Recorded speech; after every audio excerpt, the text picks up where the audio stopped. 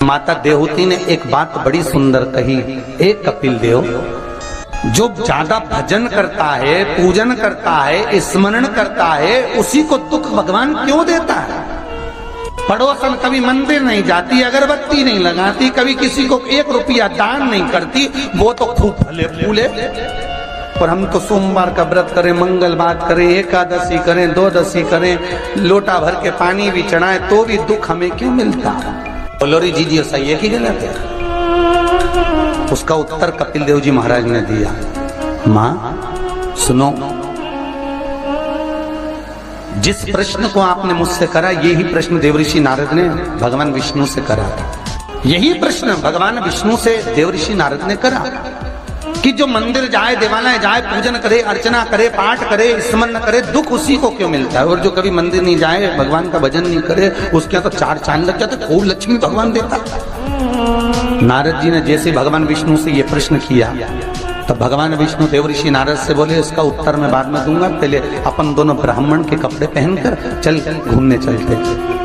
और देवऋषि नारद को ब्राह्मण के कपड़े पहना दिए, भगवान विष्णु ने ब्राह्मण के कपड़े पहन लिए, दोनों घूमने के लिए चल दिए। जाते जाते एक सेठ जी का दरवाजा मिला, एक बहुत बड़ा बंगला, बहुत बड़ा घर, और वहां जाकर भगवान विष्णु ने नारद जी से कहा, भूख लग रही है, कुछ मांग ले। सेठ जी क्या?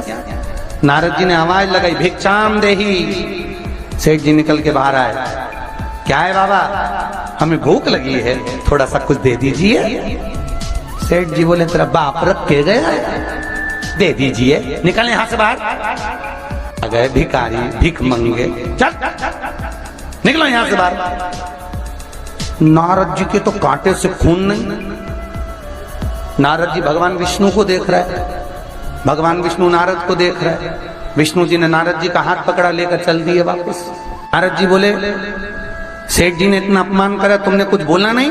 भगवान विष्णु ने दोनों हाथ उठाकर कहा, जा, तेरे यहाँ 4 चौगुना धन बढ़ जाए, तेरी दौलत और बढ़े, संपदा और बढ़े, तेरे पास में लक्ष्मी और बढ़े।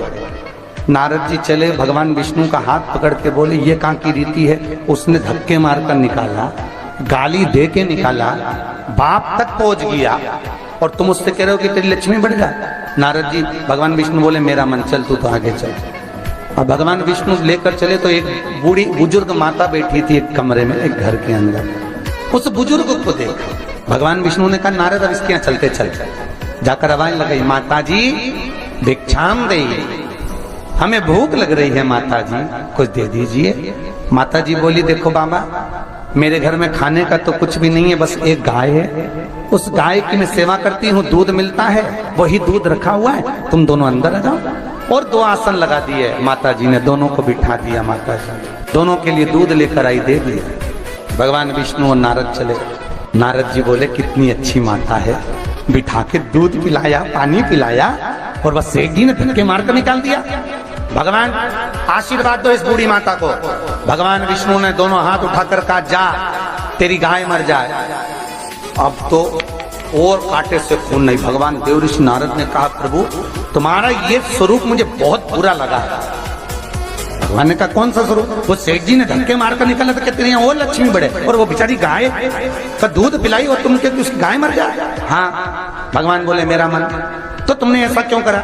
भगवान बोले, नारद तू मेरी लीला नहीं समझता ना। नारद जी बोले, कभी समझूंगा भी नहीं, पहले बताओ ये क्यों हुआ, लीला जाने दो, मुझे तो ये बताओ। भगवान ने कहा, नारद बात इतनी सी है, वो बूढ़ी माता मेरा भजन करती है, दिन भर मेरा नाम लेती है, वो मरेगी, उसके घर में एक गाय है, उसमें उसका दिल बहुत लगा हुआ है, उसकी सेवा करती है, मरेगी, मरते समय विचार करेगी कि मेरे मरने के बाद मेरी गाय का क्या होगा।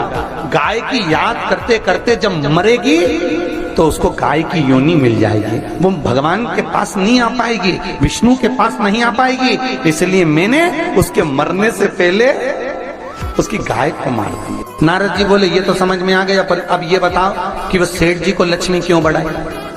भगवान बोले, नारद उसको धन से बहुत प्रेम है, मैंने लक्ष्मी इसलिए बढ़ाने का आशीर्वाद दिया कि वो लक्ष्मी को जोड़ जोड़ के इकट्ठा कर कर कर जब मरेगा, वो लक्ष्मी और पैसे के चक्कर में जब मरेगा तो आखिरी में मरकर सांप बनकर उसी दौलत पे बैठा रहेगा।